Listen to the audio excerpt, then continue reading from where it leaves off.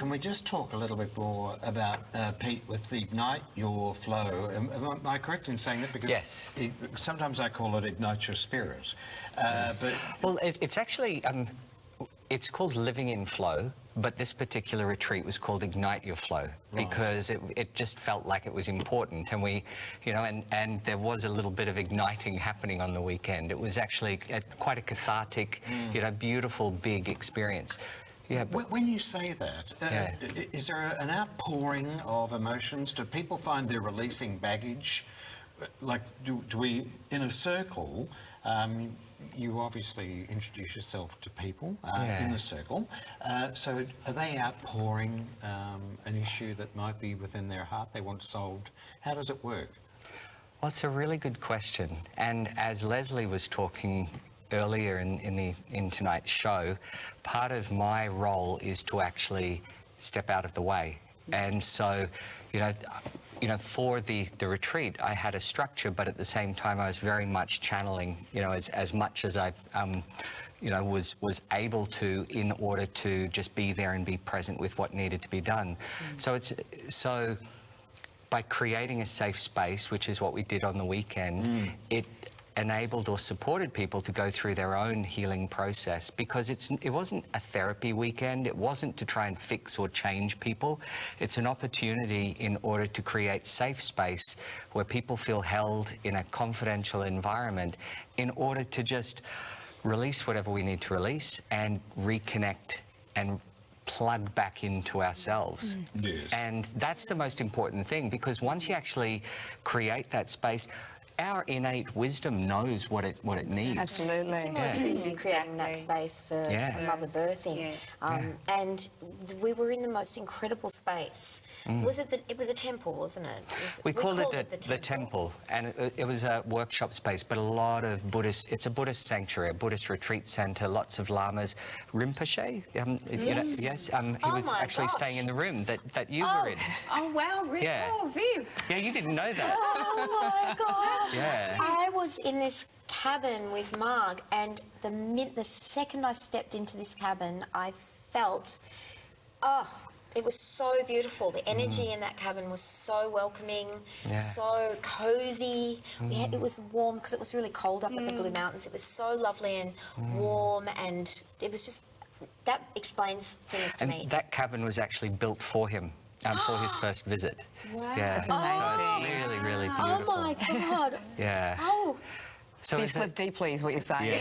Yes. You slept deeply. After talking to Marg till about 2 in the morning. Unfortunately, Marg and I, because we would finish at about 10:30 at night in the temple, and then because Marg and I were sharing together, we would talk until about 1 o'clock in the morning, and we had to be up at 6:30 to be back at the temple.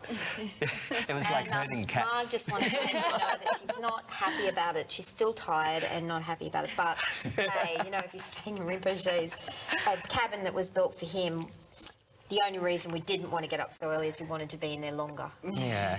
So it's a really beautiful opportunity for people to take time out in our lives. But no matter what you do, taking time out in order to replug back into yourself, whether it's going camping, having a retreat like this, something where you can get out of your head and you're back in your body. It's just so important in order for us to create that space. Because when we do, you know, the natural impulses, the natural healing wisdom just steps in. It's really... You're back in flow by the end. We were going for we went for a hike, or we went for a walk, and we were going through some fairly thick forage at one point, and I don't know, I've always liked hiking, so I sort of finished up being, I suppose, at the head of the trail with a kind of looked back and couldn't see anybody, and then the next minute I'm sort of walking through grass that's over my head, and I'm thinking, well, I hope I'm going the right way.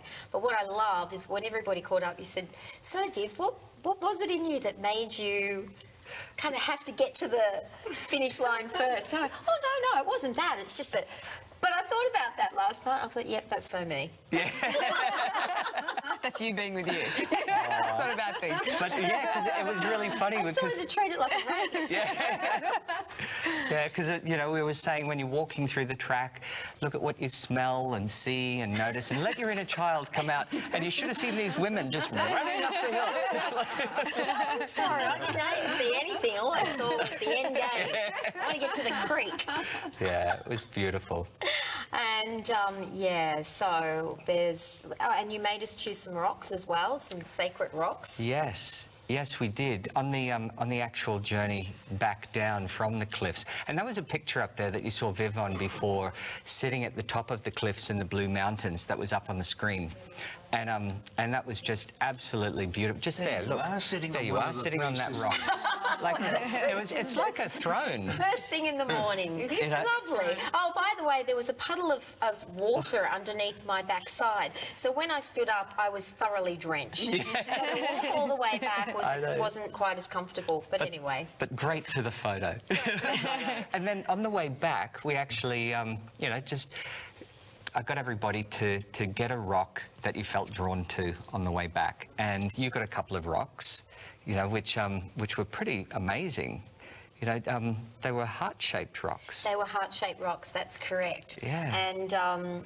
And it was really, really funny because, you know, everybody had their rocks and some of the participants had packed their rocks in the car ready to go home, you know, and so I said, OK, now you have to return the rocks to nature. And it was like everyone was going to cry, you know, and then, or ask permission from the land if you can take the rocks. And then, you know, you took your rocks out. And I gave them back. But I put them in a special place where I think people could see them because, and interestingly, I found the place that I went to put the two heart-shaped, and they were really nice heart-shaped rocks. Where I placed them, I was feeling my way around, I went, I'm going to put it here, and I opened my eyes, and there was another heart-shaped rock, perfect heart-shaped rock, so there was 3 of them. Oh, wow. But Marg managed to bring one of her rocks home with her. So she Yes. felt that she... Marg? She said she asked and she could keep it, but I gave mine back. Anyway, that's okay. So continuing beautiful. on with this, so it was, yes. Yeah. So there's lots of different exercises that you do as well. Yes, and there was actually quite a bit of shamanic work on the weekend, A working lot. with the land and working with the medicine wheel and supporting people, to, especially around... you know, not giving too much, giving but actually giving with consent. So not wearing yourself out by actually being there to help other people. You know, taking responsibility for what I'm giving and where I want to draw the line. And that's a big one for a lot of us. yeah. You know, where we draw the line, because sometimes we're on autopilot and we just don't think about, we just don't stop. You know, and we need to find ways to stop. And what better way to stop Then to stop. with meditation? Meditation. Yeah. Absolutely, meditation. And speaking of meditation, we have one of the viewers that wrote in, one of our viewers, Winston. He says, hello, I just wanted to say I enjoy watching the readings on this show. Thank you very much. We enjoy being able to provide them for you, Winston. Just my suggestion, but I think it would be cool if you guys talk more about healing, methods of meditation, practical tools for anyone going through hardship that they can apply immediately to their current situation. Anyway, love your show. Thank you so much, Winston. Well, we have been talking about that, but I think just to sort of dig down a little deeper into this, what forms of meditation do you provide? I know that we did several different types in the workshop. What about you, Rebecca? Do you have a way